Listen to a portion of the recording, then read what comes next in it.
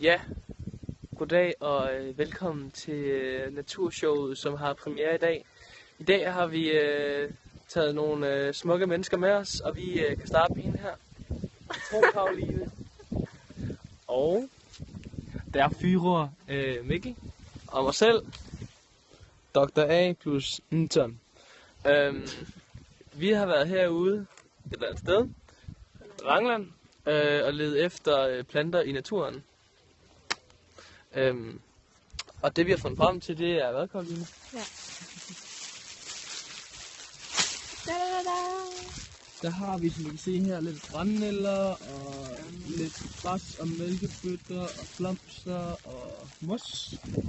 Så det er bare så lækkert. Så dejligt. Vil du fortælle lidt omkring, hvad der skal ske nu? Der fyrer Mikkel. Ja, men det der skal ske nu, det er, at vi går hen til et nyt spot, hvor vi så skal lave en anden indsamling, og så kigger vi ligesom serierne bagefter, og kigger på det. Og vi står her i et super godt område, fordi der er rigtig vådt. Der er rigtig lækkert. Der er rigtig god grobund for alle planterne. Det skal lige sige, at der er altid meget fugtigt i det her område. Ja. Og det gør, at det hele er så... Naturligt. Ja. Super naturligt. Ja. Nu går vi til et nyt spot. I hører fra os.